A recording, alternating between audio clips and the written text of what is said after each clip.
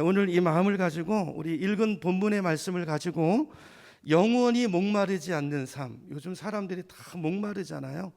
영원히 목마르지 않는 삶을 어떻게 하면 우리가 살 수 있을까, 이런 주제로 그런 제목으로 함께 말씀의 은혜를 나누길 원합니다. 필립 얀시라는 유명한 작가가 있습니다. 글 쓰시는 분인데요, 이분이 많은 책을 쓰셨는데 대표적인 책이 고통이라는 선물, 이게 책 제목입니다. 고통이라는 선물, 이런 제목의 책을 썼는데 그분이 그 책에서 이런 이야기를 하셨어요. 고통은 하나님의 선물이랍니다. 우리 삶에 있는 고통, 이 고통, 아픔, 이게요, 하나님이 우리에게 주신 신의 은총이고 이게 축복이고 이게 선물이라는 거예요. 이게 무슨 말일까요? 이분이 하루는 이제 동네를 지나가다가 어떤 흑인 아이 하나를 보게 됐는데요, 그 아이가 어떤 창고가 자물쇠로 꽉 잠겨져 있는데 열쇠가 없어요. 근데 그 창고 문을 열려고 그 손가락을 가지고 그 구멍을 막 쑤시고 그러더라는 거예요. 다가가서 보니까 손가락에서 막 피가 나요. 상처가 나서 그 양철, 그 날카로운 데 찢겨가지고. 그런데도 이 아이는 아파하지 않고 손가락이 거의 이게 잘려 나갈 이 상처가 심한 정도인데도 그걸 계속해서 통증을 못 느끼니까 손가락으로 그걸 열려고 하고 있더라는 것입니다. 이게 왜 이런가 놀라서 보니까 그 아이가 나병 환자였던 거예요. 여러분, 나병 아시죠? 문둥병. 여러분, 문둥병의 무서운 점이 뭡니까? 통증을 느끼지 못한다는 거예요. 그러니까 고통을 모르니까, 여러분, 고통이 있어야 조심을 하잖아요. 아프니까. 그런데 또 통증이 없으니까 손가락이 떨어져 나가는데도 아픔을 못 느끼고 그 손가락으로 양철, 날카로운 양철, 그거를 뜯어내려고 손가락으로 후벼 파고 있더라는 거죠. 여러분, 우리는 고통을 싫어하죠. 그러나 이 저자가 이 책에서 이야기하기를 고통은 신의 은총이고 하나님의 선물이라는 것입니다. 그 사건을 그분이 보고서 고통의 선물이라는 책을 쓰게 되었다는 것입니다. 여러분, 하나님께서는 우리 인간의 몸을 지으시면서 우리 몸 안에다가 경보장치를 하나 달아두셨어요. 신호죠, 신호. 여러분, 우리가 음식을 먹지 않으면 배가 고프죠. 다치면 찢기면 몸이 아픕니다. 근데 이게 신의 은총이라는 거예요. 은총. 그 사인을 보고 내 몸의 상태를 점검하고 대처할 수 있게 하신 것이죠. 여러분, 우리 인간의 몸 가운데서 우리 구성물 중에서 가장 중요한 부분이 이 수분이지 않습니까? 우리 몸의 3분의 2가 물로 구성되어 있다고 그러잖아요. 그래서 우리 인간은 물을 마시지 않잖아요. 물이 부족하면 갈증을 느끼게 됩니다. 혀가 막 타들어가고요. 나중에는 어떻게 됩니까? 저는 여기까지 안 가봐서 모르겠는데 관절도 뻑뻑해진대요. 수분이 떨어지면, 모자라면. 그리고 두통이 온답니다. 이게 하나님이 두신 물을 마셔야 돼, 너 물이 부족해 라는 사인이고 경보장치라는 거죠. 이걸 이제 우리 몸에 심어 두셨다는 것입니다. 자, 그런데 여러분, 하나님은 우리 몸에다가만 이런 경보장치를 달아주신 것이 아니고요, 우리 영혼에도, 사람은 몸만 있는 게 아니라 더 중요한 우리 마음, 내면, 영혼이라는 게 있거든요. 그 영혼 안에다가도 경보장치를 달아두셨다는 거예요. 우리 몸에 수분이 필요한 것처럼 우리 영혼에도 신령한 수분이 공급되지 않으면 우리 마음도 영혼도 바싹 말라버립니다. 그리고 그 말라 비틀어진 마음으로부터, 내면의 상태로부터 다급한 신호들이 날라들고 나타나기 시작한다는 거예요. 여러분, 우리 자신을 한번 점검해 보세요. 툭 하면 화를 내게 되고, 사소한 일에도 막 걱정하고 노이로제가 걸리고 염려가 쌓이고 죄의식이 깊어져 가고 왠지 모를 두려움에 자꾸 쫓기는 삶을 살고, 여러분, 이게 경보라는 거예요. 그분이 책에서 말씀하는데 이게 경보라는 것입니다.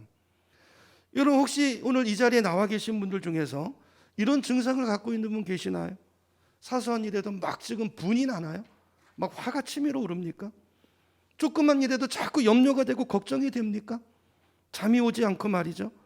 조그만 일에 좀 방해를 받고 좀 자존심이 상하게 되면 뭔가 이게 견딜 수 없고 뭔가 모를 두려움이 나를 엄습하고 있습니까?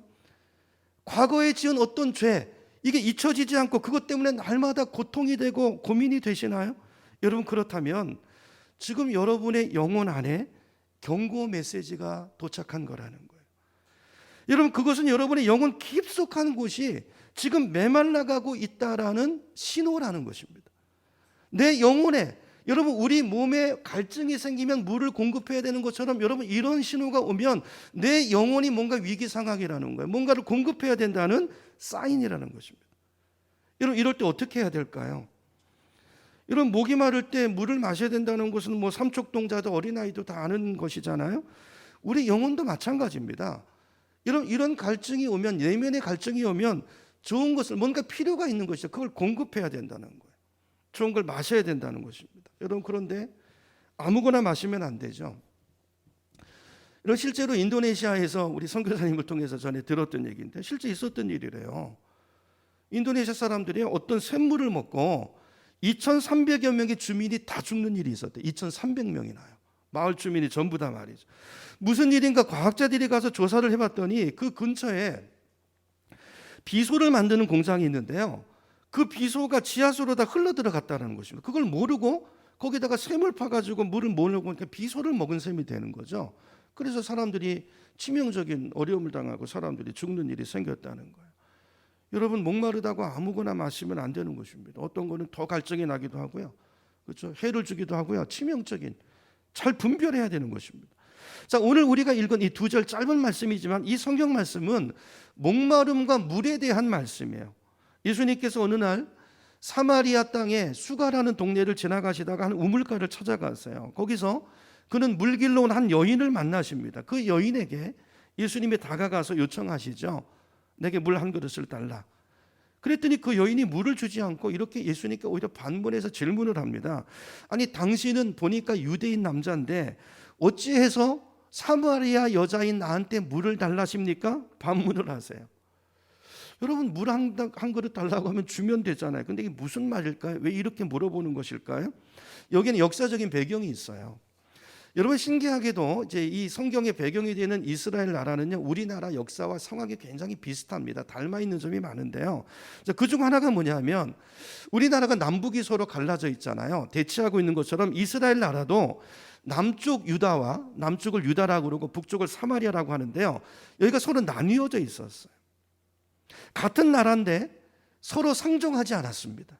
사람들이 서로 왕래하지 않고 서로 반목하고 있었어요. 특별히 유대 사람들은요, 사마리아인들을 너무 싫어하고 너무 무시해가지고 절대로 그 사람들과는 그릇도 같이 안 썼어요. 물그릇 같이 안 썼습니다. 밥그릇 같이 안 썼다는 거예요. 자, 이런 상황인데 지금 이 여자가 보니까 유대인 남자예요. 자기들과는 그릇도 안 쓰는데 그 남자가 자기한테 와가지고 물을 달라는 거예요. 문제가 뭡니까? 물을 주는 거는 괜찮은데 물을 먹자면 사마리아 여자의 그릇을 빌려 써야 되잖아요. 그렇죠? 당시 전통 같은 건데 이런 건 유대인들이 안 하는 일인데 그 일을 그걸 달라고 하니까 이 여인이 이상해서 묻는 것입니다. 아니 당신 보니까 유대 남자인데 보통 유대 사람들이라면 안 하는 일인데 왜 나한테 물을 달라십니까? 이 그릇으로 물을 먹겠다는 얘기입니까? 그 얘기를 하는 거예요. 그 말을 듣고 예수님이 대답하십니다. 그게 요한복음 4장 10절이에요. 10절을 보여주세요. 자, 예수께서 대답하여 이르시되 네가 하나님의 선물을 알고 또 너에게 물을 달라는 사람이 누구인가를 알았더라면 도리어 네가 그에게, 그러니까 나죠, 당신을 얘기하는 거죠, 나에게 오히려 청하였을 것이고 나는 너에게 생수를 주었을 것이다. 이게 예수님의 대답이에요. 무슨 말일까요? 자, 오늘 이 말씀을 좀 천천히 생각해 보려고 하는데 우선 자, 이 말씀에서 우리가 발견하게 되는 것은요, 우리 인간에게 가장 중요한 것은 육신의 필요 같지만 우리는 그렇게 생각하잖아요.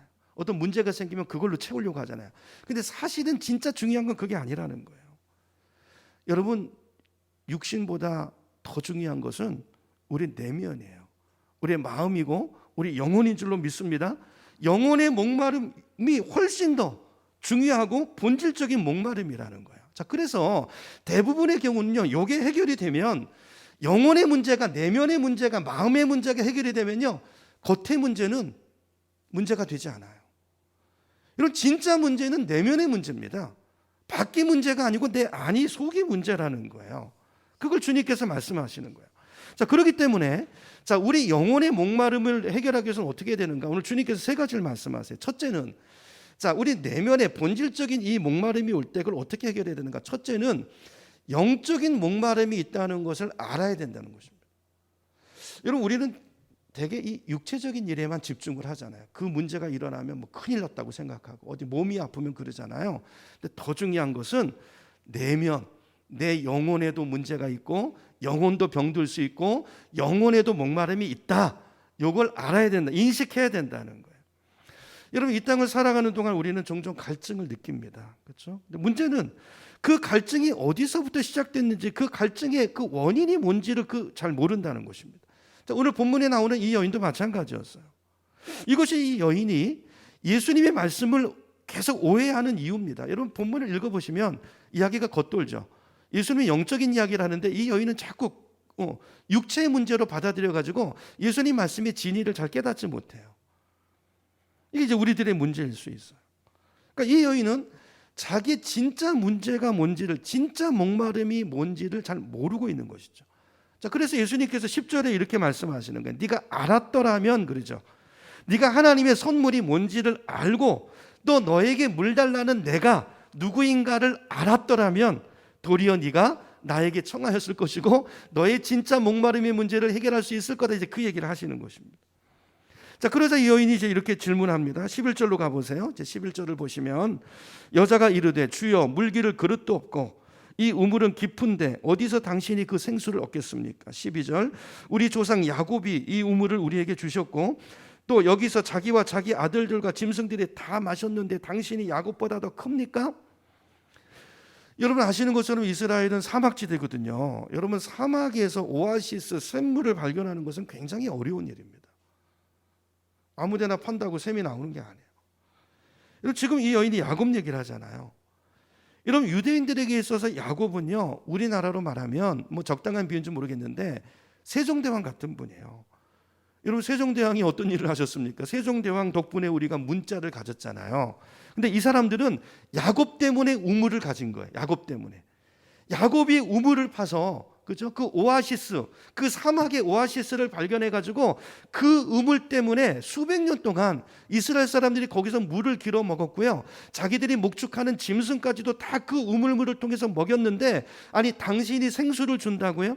그럼 당신이 야곱처럼 물 있는 곳을 알아내서 그 우물을 팔 수 있는 능력이 있다는 것입니까? 당신이 야곱보다 더 큰 사람입니까? 이 질문을 하고 있는 거예요. 그랬더니 예수님이 이렇게 대답하세요. 14절입니다. 여러분 성경으로 같이 보여주세요. 14절 보니까 자 이렇게 말해요. 내가 주는 물을 마시는 자는 영원히 목마르지 아니하리니. 그러니까 이 물을 말하는 게 아니죠. 삼다수 말하는 거 아닙니다.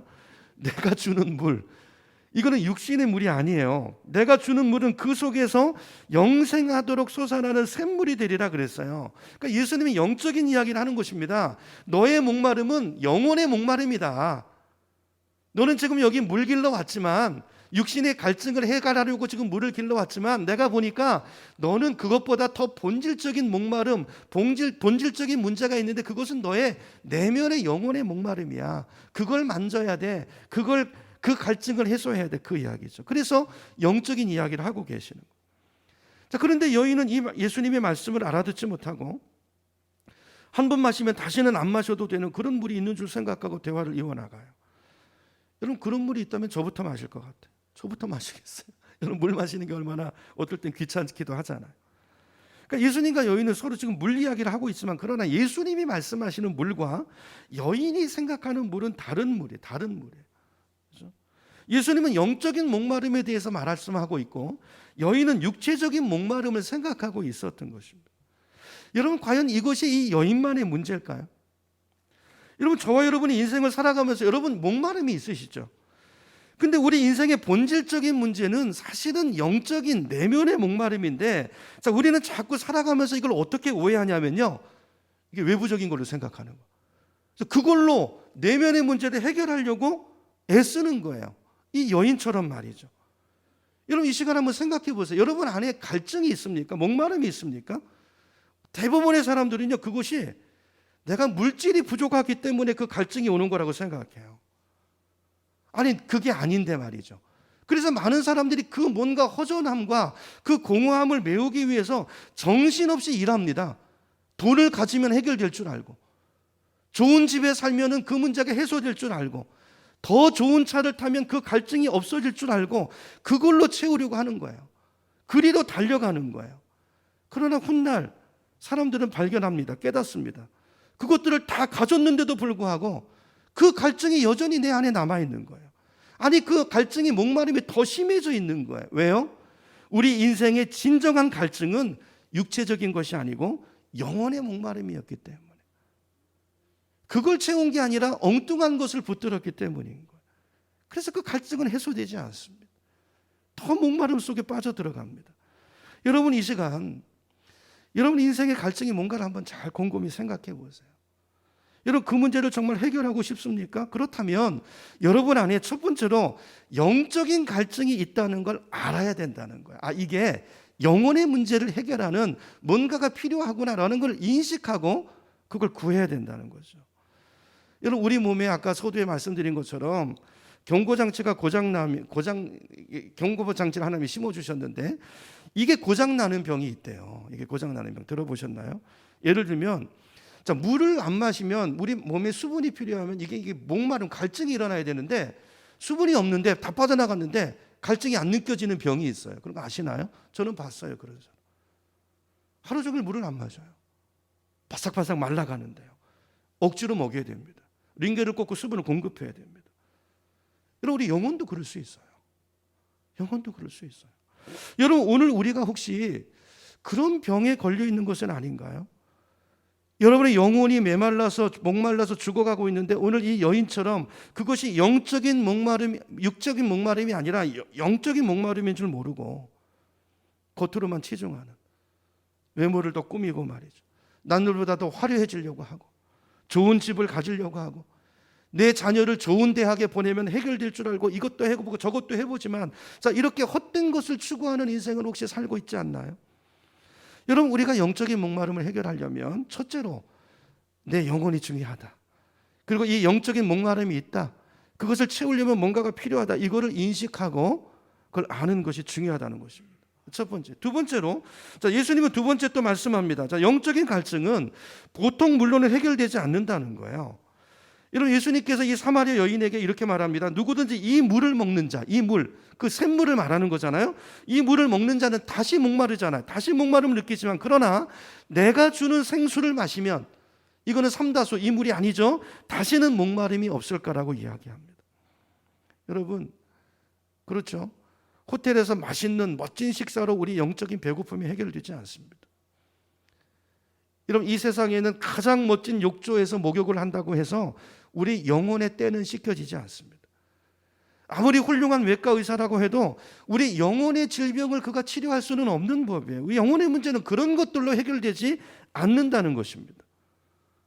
그럼에도 불구하고 사탄은 항상 우리를 속입니다. 물질적인 것을 가지면 내 영혼의 갈증을 해결할 수 있는 양 우리를 속여요. 그래서 많은 사람들이 평생 물질적인 것을 얻으려고 내 영혼은 방치해둔 채 내면이 병들어 가는지도 모르고 영혼이 바싹바싹 말라가는지도 모르고 그 육신을 채우기 위한 그런 인생을 평생을 살아가다가 그 인생이 무너지는 것을 봅니다. 여러분, 멋진 차를 가지면 이 갈증이 해결될까요? 그럴 줄 알고 열심히 사람들이 차를 삽니다. 근데 해결되지 않아요. 얼마 갈까요? 그런 말 있잖아요. 한 달을 기쁘게 살기를 원하면 차를 바꾸라고. 그렇죠? 그걸로 안 되죠. 이런 말도 있어요. 6개월을 기분 좋게 살려면 뭘 바꾸라고요? 집을 바꾸래요. 집. 여러분, 그 집, 그 좋은 집이, 그 기쁨이 6개월 간대요. 6개월. 여러분, 서양에는 이런 못된 농담도 있습니다. 1년을 행복하기를 원하면 뭘 바꾸라고요? 배우자를 바꾸래요. 배우자 바꾸면 1년 간대요. 1년. 여러분, 이 여인이 오늘 본문에 보니까 남편을 5번 바꿨죠. 지금 6번째 남자랑 사는데요. 여러분, 이 여인은 그 내면의 갈증을 뭘로 해결하려고 한 것입니까? 좋은 배우자를 만나면 갈증이 해소될 줄 알았어요. 채워줄 줄 알았어요. 아니요. 더 깊어져 갔어요. 그래서 6번째 남자를 만났는데 이번에는 결혼도 안 하고 그냥 동거한 채로 살고 있습니다. 예수님께서 그걸 찔르시죠. 그래서 본질적인 질문으로 들어가세요. 네 남편을 데려오라 그랬어요. 남편을. 여인이 뭐라고 말합니까? 전 남편이 없는데요. 네 말이 맞도다. 네가 5번 결혼하고 지금 6번째 남자와 사는데 너 결혼도 안 하고 살고 있지. 그 이야기를 예수님께서 지적하시면서 영혼의 그 내면을 향해서 이 여인의 관심을 이끌어 가시는 걸 보게 됩니다. 여러분, 성경은 이렇게 말씀해요. 고린도후서 4장 18절에 보니까, 자, 스크린 보세요. 제가 읽습니다. 우리는 보이는 것을 바라는 것이 아니라 어떤 것을요? 보이지 않는 것을 바라보아야 합니다. 왜냐하면 보이는 것은 잠깐이지만 보이지 않는 것은 영원하기 때문입니다. 그럼 보이지 않는 것이 더 중요합니다. 보이지 않는 우리 영혼이 보이는 육체보다 중요해요. 그죠? 우리 마음을 가꾸시기를 축복합니다. 우리 마음을 진리로 채우셔야 돼요. 그래야 그 목마름이 해결이 돼요. 이런 세계 최고의 갑부 오나시스의 딸 크리스티나 오나시스가 이런 유명한 말을 남겼어요. 행복은 돈에 달려 있지 않습니다. 그것에 대한 확실한 증거가 바로 나의 가족입니다. 여러분, 돈 없는 사람이 이런 말하면 설득력이 없어요. 세계 최고의 갑부로 알려진, 성경에도 솔로몬 같은 모든 권력을 가져보고 모든 여자를 가져보고 모든 돈을, 권력을 다 누려보았던 솔로몬이 마지막에 고백한 것이 뭡니까? 헛되고 헛되니 모든 것이 다 헛되다는 거예요. 그것으로 내 영혼의 갈증이 해결되지 않고 더욱 목마르고 그것을 잡으려는 것이 마치 바람을 잡는 것과 같아요. 여러분, 그것을 추구하는 인생, 행복이 잡아지지 않습니다. 내면의 갈증이 해소되지 않습니다. 우리를 더 목마르게 하고 우리를 더 바싹 말려서 죽이는 오히려 마귀의 올무라는 것입니다. 여러분, 쾌락이 우리 갈증을 해소할 수 있을까요? 여러분, 이 여인은 오늘 정오의 물을 길러왔어요. 보통 여인들은요, 정오에 나오지 않습니다. 사막의 정오는 뜨거워서 못 다녀요. 다 아침에, 그죠? 아침에 다 물을 길러오는데 이 여인은 왜 정오에 나왔을까요? 왜 그 뜨거운 정오에 나왔을까요? 이 여인은 동네 사람들을 만나기를 원치 않았던 거예요. 왜요? 남편을 5이나 바꾼 여자, 6번째 다른 남자와 동거하고 있는 여자, 당시 유대 문화권 속에서, 사마리아 문화권 속에서 이거는 용납되기 어려운 일이거든요. 사람들이 손가락질하는. 그럼에도 불구하고 이 여인은 목이 말라서 그 남편을 바꿔봤지만, 여러분, 그러나 그 여인, 여러분, 예수님은 그 여인의 삶을 다 아셨습니다. 자, 그래서 말을 못 알아들으니까, 말이 안 통하니까 예수님이 결국 이걸 물어보셨다고 했잖아요. 네 남편을 데려와라. 그 여인의 전곡을 찌르신 거예요. 남편이 없습니다. 그 대화가 이어지죠. 남편 이야기를 하니까 깜짝 놀라요. 그때서 이 여인이 정신을 차립니다. 여러분, 이 여인은 자신의 목마름을, 내면의 목마름을 무엇으로 해결하려고 했습니까? 남편으로요. 어떤 사람은 돈으로요. 어떤 사람은 차를 바꾸는 걸 통해서, 어떤 사람은 집 화장실 칸수 늘려가는 걸 통해서. 아니요, 그걸로 해결되지 않습니다. 해결되지 않습니다. 여러분, 이것이 여인만의 문제일까요? 이런 물질을 통해서, 아니면 어떤 분은 자녀의 성공을 통해서 대리만족, 어떤 분은 외모를 통해서 성형을 합니다. 여러분, 이 세상의 그 어떤 것으로 내 영혼의 갈증을 어리석게도 채워보려는 이 모습은 비단 이 여인만의 문제가 아니라 오늘 우리들의 문제라고 예수님께서 지적하고 계시는 거예요. 이런 기억나시나요? 우리나라 최고의 재벌이 자기 건물에서 뛰어내려 죽었잖아요. 기억나시나요? 현대가에서 그런 일이 있었죠. 우리나라의 최고의 인기를 누렸던 탤런트가 자살해서 죽었습니다. 심지어는 우리나라 최고의 권력자였던 대통령이 스스로 목숨을 끊으셨어요. 여러분, 이걸 보고도 모르시겠습니까? 이걸로 해결되지 않는다는 거. 오늘 성경은 말씀합니다. 우리 영혼에 생긴 이 갈증은 보통의 문제는, 다시 말하면 이 세상의 쾌락과 물질과 명성으로는 결코 해결되지, 채워지지 않는다는 거죠. 그렇다면 이 목마름을, 인생의 갈증을 우리는 어떻게 해소할 수 있을까요? 오늘 예수님께서는 드디어 결론에 도달해서 이렇게 말씀합니다. 오직 생수 대신 예수님을 만나야 된다는 거예요. 예수님으로 진리로 채울 때 우리 내면의 갈증이 해소가 되고 우리 안에 참된 만족과 평화가 임한다는 거죠. 그래서 우물가에서 이 여인에게 말씀하세요. 4장 10절 다시 보겠습니다. 너무 중요한 말씀입니다. 4장 10절 제가 다시 봅니다. 예수께서 대답하여 이르시되 네가 만일 하나님의 선물과 또 내게 물 좀 달라는 이가 누구인 줄 알았더라면. 자, 이분이 누굽니까? 자, 이 말씀을 잘 보세요. 예수님이 누군가를 주님이 말씀하시는데, 첫째, 예수님은 하나님의 선물이라는 거예요. 여기 보세요. 하나님의 선물 이퀄 너에게 물 좀 달라느니, 이분이 누구예요? 예수. 이분이 하나님이 우리 내면의 갈증을 해결하기 위해서 하나님이 우리에게 보내주신 선물이라는 거예요. 선물. 이런 선물이 뭡니까? 선물은 값없이 주시는 거죠. 내가 무언가를 하고 받는 것은 선물이 아니고 그건 대가죠. 대가.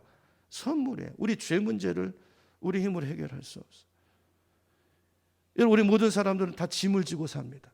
죄의 짐, 가족 부양의 짐, 여러분 많은 짐들을 갖고 계시죠. 건강의 짐, 인간관계의 침. 여러분, 이 모든 것들이 죄로부터 비롯되는 것인데 이 죄 문제를 해결하기 위해서 이게 내 힘으로, 내 노력으로, 내 공로로 되지 않게 하나님께서 우리에게 이거를 선물로 주신 거예요. 예수 그리스도. 우리 문제, 인생의 모든 문제 답, 예수 그리스도, 그분 안에 모든 것이 있는 것입니다. 네가 그것을 알았더라면, 내가 그리스도임을 알았더라면 네가 나에게 구하였을 것이고 내가 생수를 너에게, 생수는 성령을 말하는 거죠, 너에게 주었으리라. 여러분, 예수님은 하나님이 보내신 선물인 줄로 믿습니다. 그분 안에 생명이 있고 그분 안에 생수가 있고 그분 안에 평화가 있어요. 그래서 예수님께서는 요한복음 7장 37절에 이렇게 말씀합니다. 명절 끝날 큰 날에 예수께서 서서 외쳐 가라사대 누구든지 목마르거든, 누구든지 목이 마르거든. 이건 어떤 목마름입니까? 내면의 목마름을 말하는 거예요. 내게로 와서 마시라. 나를 믿는 자는 성경의 이름과 같이 배에서 생수의 강이 흘러나리라 그랬어요. 예수님께서 이렇게도 말씀하셨어요. 수고하고 무거운 짐진 자들아 다 내게로 오라. 내가 너희를 쉬게 하리니 나는 마음이 온유하고 겸손하니 내게 와서 배우라 그랬어요. 내 멍에를 메고 배우라. 여러분, 예수님의 멍에 안에 들어가면 쉼을 얻습니다. 예수님 우리의 문제를 없애주겠다고 말씀하시지는 않아요. 내 멍에 안에 들어오라는 거예요. 여러분, 멍에가 무엇입니까? 멍에는 짐승이 짐을 지는 틀이에요, 틀. 근데 이 유대 땅에 멍에는요, 짐승 소가 한 마리가 들어가는 게 아니라 두 마리가 들어갑니다. 어미소, 큰 소가 하나 들어가고 그 옆에 새끼 소가 들어가요. 그래서 멍에를 끄는데, 짐을 지고 끄는데, 여러분 그러면 생각해 보세요. 새끼 소가 들어가면 그 멍에를 누가 지는 거예요? 어미소가 지는 거예요. 끌고 가는 거예요. 그러면 그 멍에 안에서 새끼는 누구에게 배웁니까? 어미에게 배워요. 짐을 지는 법과 짐을 끄는 법과, 그죠? 우리로 말하면 인생을 사는 법과 이걸 배우는 거예요. 예수님이 내 멍에 안에 들어오라는 거예요. 내가 어미소가 되겠다는 거예요. 너는 내게 와서 배우라는 거예요. 너의 인생의 문제, 그 문제의 본질이 무엇이고 그거의 답이 무엇이고 네가 어떻게 살아야 되는지, 너는 누구인지, 네가 가야 될 길이 어디인지 내게 배우라는 것입니다. 예수 우리를 만드신 하나님이세요. 그분은 하나님이세요. 나보다 나를 더 잘하시고 나를 고치실 능력을 가지고 계시는 창조자 하나님, 그분이 우리를 초대하십니다. 내 안에 들어오라. 나와 함께 멍에를 지자. 내가 너의 짐을 지리라. 내가 너의 질고를 담당하리라. 여러분, 주님의 이 초대의 멍에 안에 들어오시기를 축복합니다. 이 멍에 속에 들어가면 내 안에 이 예수의 생수의 강이 흐르면요, 병들어도 행복해요. 이게 기적이죠. 여러분, 환경에 좌우되지 않습니다. 이 눈이 뜨이면 고난이 와도 행복해요. 여러분, 샘이 뭡니까? 계속 터지는, 계속. 우리 이 외부적인 물은 떨어지잖아요.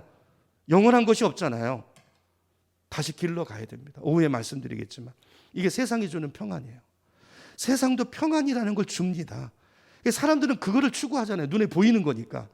예를 들어 볼까요? 세상이 주는 평안이 뭔가? 예를 들면, 여러분, 내가 열심히 일해가지고 통장에다가 1억을 모아놨어요. 그러면 평안이 오죠. 생각만 해도. 그 평안은 얼마짜리 평안입니까? 1억짜리 평안이에요. 근데 이게 영원하지 않잖아요. 이게 점점 줄어갈수록 내 평안이 줄어듭니다. 예수님이 주는 평안은 그런 평안이 아니에요. 흔들리지 않는 평안이에요. 환경을 초월한 평안이에요. 놀라운 것은 예수님이 그 말씀을 주실 때, 그 요한복음 14장 27절인데요. 한번 찾아보겠습니다. 요한복음 스크린에 없을 것 같아요. 요한복음 여러분 성경을 한번, 같은 요한복음이니까 한번 찾아보죠. 요한복음 14장 27절입니다. 14장 27절. 자, 성경 같이 우리 새가족분들 오신 분들 같이 보여주시면 좋겠어요. 제가 읽겠습니다. 평안을 너에게 끼치노니. 자, 오늘 이 여인이 말하는, 생각하는 물과 예수님이 주시는 물이 달랐고, 이 여인이 느꼈던 갈증과 진짜 갈증이 뭔가를 이해하지 못했던 것처럼 평안도 같은 평안이 아니에요. 자, 다시 봅니다. 평안을 너에게 끼치노니. 곧 누구의 평안이요? 나의 평안을. 예수님의 평안을 너희에게 주노라. 내 평안을 주노라. 내가 너희에게 주는 것은 세상이 주는 것과 같지 아니하리라. 무슨 말이에요? 세상이 주는 것도 있다는 거예요. 어떻게 다릅니까? 너희는 마음에 근심하지 말고 두려워하지도 말라. 어떻게 다릅니까? 세상이 주는 거는 환경이 주는 평안이에요. 거기에 있는 동안 평안한 것입니다. 근데 오늘 이 말씀은요, 예수님이 주시는 평안. 자, 예수님이 이 평안을 언제, 지금 이 말씀을 하시는 이 시점이 언젠가? 십자가 죽으시기 바로 전이에요. 그러니까 여러분 생각해 보세요. 내가 십자가의 그 고통을 당해서 죽을 거예요. 환난이 다가오고 있어요. 근데 그 상황 속에서 예수는 평안을 누리고 계세요. 요 평안을 주시겠다는 거예요. 삶이 잘 될 때는 평안하다가 삶이 뒤집어지면 확 없어져 버리는 그 평안이 아니라 문제가 오고 고난이 오고 환난이 와도 흔들리지 않는, 빼앗기지 않는 이 평안, 이게 예수님의 평안인데 이걸 주시겠다는 거예요. 자, 이 물은 먹으면 금방 다시 목마릅니다. 그거 말고 그죠? 그거 말고 영원히 목마르지 않는 그 물이 누구예요? 예수 당신입니다. 예수님은 당신을 주시기 위해서 오셨어요. 당신의 생명을, 당신의 사랑을 오늘 우리에게 주시고 우리를 그 멍에 안으로 초대하고 계시는 그 예수님, 그 예수님을 믿어보시고 그 예수님을 받아보시고 그 예수님과 함께 동행하는 기쁨을 한번 알아가시는 여러분 됐으면 좋겠습니다. 여러분, 인생의 진짜 기쁨이에요. 진짜 행복이에요. 여러분, 우리 눈도 이 눈만 있는 게 아니라 여러분, 마음의 눈이 있어요. 영안이 있어요. 영안. 여러분, 이 예수님을 만나면 이 영적인 게 띄어져요. 아, 보이는 게 다가 아니구나. 진짜 중요한 게 있구나. 진짜 소중한 게 있구나. 진짜 가치 있는 게 있구나. 요걸 발견하잖아요. 그러면 사람이 뒤집어져요. 그래서 천국을 발견한 사람은 예수님 비유해 보니까 어떻게 한다고 합니까? 어떤 사람이요, 옛날에 밭을 갈다가 남의 집에서 일하는 종이에요. 밭을 갈다가 뭐가 쨍그랑 하는 거예요. 옛날에는요, 여러분 전쟁이 많았잖아요. 그래서 전쟁이 나면 이제 도망가야 되는데 요즘처럼 은행도 없고 어떻게 해야 됩니까? 보화를 다 땅에다 숨어뒀어요. 그러다가 쫓겨가다가 전쟁터에 죽으면 이렇게 주인이 없는 그런 보물들이 땅속에 많이 있었다고요. 그래서 어떤 사람이 그 땅을 사가지고 이제 내 땅으로 인부를 들여가지고 농사를 하는데 일꾼이 이제 밭을 갈다가 뭐가 쨍그랑 하는 거예요. 얼마 전에 그걸 숨겨두고 갔던 누군가가 숨겨놓은 보물이죠. 자, 그런데 그 당시 법에 의하면 그 보물이 나오면 그 보물이 누구 거냐? 보물을 찾은 사람 게 아니고 그 땅의 주인 거예요. 자, 그러면 예수님 비유로 말씀하시는 거예요. 발견했어요. 그럼 이 사람이 어떻게 하겠냐는 거예요. 그럼 어떻게 하시겠어요? 그럼 다시 묻는다는 거예요. 묻지 않겠냐는 거예요. 묻어놓고 집으로 돌아가서 내가 가진 것을 다 팔아서 뭘 사요? 그걸 사죠. 그 땅을 사죠. 그럼 그게 내게 되는 거잖아요. 여러분, 진짜 중요한 거를 발견하면, 진짜를 발견하면 다른 것이 내려놓아지는 것입니다. 이게 예수 믿는 거예요. 여러분 보실 때 예수 믿는 사람이 미친 것 같으세요? 제 친구들이 저는 늦게 예수 믿었거든요. 저보고 미쳤다고 그러더라고요. 미쳤대요. 아, 진짜 미쳤죠. 미쳤어요. 눈이 뒤집어지는데 어떻게 해요? 보지 못하던 걸 봤어요. 듣지 못하던 걸 봤어요. 보이는 게 다가 아니고 영원한 하나님의 나라가 있구나. 이게 진짜 생명이구나. 이게 진짜 내 인생을 걸만한 곳이구나. 이걸 발견하니까 다른 것은 아무것도 중요하지 않아요. 상대적인 거잖아요. 여러분도 그렇잖아요. 어디 가서 어디가 투자 가치가 있는 거 보면 여러분, 사람들 눈이 뒤집어지잖아요. 그거 가려고 가서 새벽부터 가가지고 세상에. 여러분, 예수님 안에 모든 것이 있습니다. 우리 인생의 진짜 근원, 그분은 다 아시고 우리 문제를 해결해 주실 능력이 가지고 계신 분입니다. 여러분, 오늘 예수를 만났으면 좋겠어요. 오늘 예수님께서 여인에게 주시고 싶었던 그 생수, 오늘 이 자리에 계신 모든 분들에게 주시고 싶어 하시는 것입니다. 하늘의 생수. 여러분, 이 땅은 금방 지나갑니다. 여러분, 아무리 예쁘면 뭐예요? 여러분, 거기에 투자할 가치가 있나요? 영혼의 시간에 비하면 이 땅의 시간은 너무 짧은 시간입니다. 여러분, 예수님이 이렇게 말씀하셨어요. 너 인생이 뭔지 아니? 인생은 잠시 있다 없어지는 안개와 같으니라. 여러분, 죽음 이후에 영원한 세계가 있습니다. 사람은요, 일생을 사는 게 아니라 삼생을 살아요. 제가 이 이야기하고 말씀을 마치겠습니다. 첫째, 태생이 있고요. 이 땅에 사는 일생이 있고 내생이 있습니다. 영생이 있습니다. 여러분, 엄마 뱃속에 있을 때 밖에서 아빠와 아기들이 태 속에서도 밖에 사람의 소리를 듣는다잖아요. 느낀다잖아요. 그렇죠? 근데 보지 못하죠. 여러분, 그 아이가 엄마 뱃속에서 태어날 때 그 좁은 질로 나올 때 아이가 고통을 느꼈을까? 내가 죽는구나 그러고 나왔을 거예요. 죽는구나 그러고 빠져나왔더니 갑자기 누가 엉덩이를 철썩 때리고 이 땅에서의 생이 시작이 됩니다. 엄마 뱃속에서, 그 깜깜한 뱃속에서 이 땅을 상상이나 했을까요? 그 차원을 통해서 이 땅에 진입한 것입니다. 자, 그런데 이 두 번째 상이 전부가 아니에요. 여러분, 그 엄마 뱃속에서도 여기 소리를 듣는 것처럼 보세요. 영적으로 좀 예민한 분들은 꿈이나 뭘 통해서 다른 세계가 있다는 걸 느낍니다. 본능적으로. 잘 모르지만, 뭔지 모르지만. 여러분, 죽음이 끝이 아니고요. 죽음이라는 관문을 통해서 우리는 삼생으로 들어갑니다. 죽는구나 그 두려움을 통해서 탁 들어가는데 거기에 영생이 있어요. 영생. 끝이 아니에요. 속지 마시기 바랍니다. 마귀에 속지 마세요. 모르니까 그냥 그렇게 말하는 거예요. 삼생이 있습니다. 죽음으로 끝나지 않습니다. 영원한 세계가 있습니다. 여러분, 그 태교가 이 땅에서의 삶을 사는데 지대한 영향을 미치는 것처럼 이 땅에서의 삶이 우리 다음 생애를 결정하는 거예요. 여러분, 오늘 예수님이 이 초대를 한번 좀 받으시고 여러분 진지하게 고민해 보셨으면 좋겠어요. 내 영혼에 대해서 한번 생각해 보셨으면 좋겠어요. 나는 그동안 너무 내 육체를 먹이고 육체에 관심을 가지고 살았는데 나는 이 영혼의 갈증을 인식하고 있었나? 그 영혼의 목마름을 위해서 나는 무엇을 하고 살았나? 여러분, 이런 것들을 한번 좀 생각해 보시고 여러분, 기회가 되면 성경 앞으로 나오시기 바랍니다. 성경 안에 놀라운 비밀이 있고 진리가 있습니다. 오늘 아까 두 분이 찬양했던 것처럼 여러분, 그 복을 여기 계신 나오신 분들이 다 받으셨으면 좋겠어요. 여러분, 오늘 이 자리에 우연히 나왔다고 생각하지 마세요. 우연이 아닙니다. 정말 기도하고 헌신하고 누군가의 섬김으로 나오신 것이고요. 여러분, 이 자리에 누군가 사람이 여러분을 데리고 왔다고 생각하지 마세요. 오늘 이 자리에 여러분을 모셔오신 분은 다름 아닌 하나님이십니다. 하나님이 이 여인을 찾아오신 것처럼 오늘 하나님이 여러분을 찾아가셔서 여러분 내면에 말씀하실 때 여러분 마음을 닫지 마시고 열고 한번 들어보세요. 여러분, 예수님은 이 여인이 정오에 아무도 다니지 않는 그 시간에 우물가에 나올 것을 정확히 아셨어요. 그래서 그 시간에 이 여인을 만나기 위해서 가신 것입니다.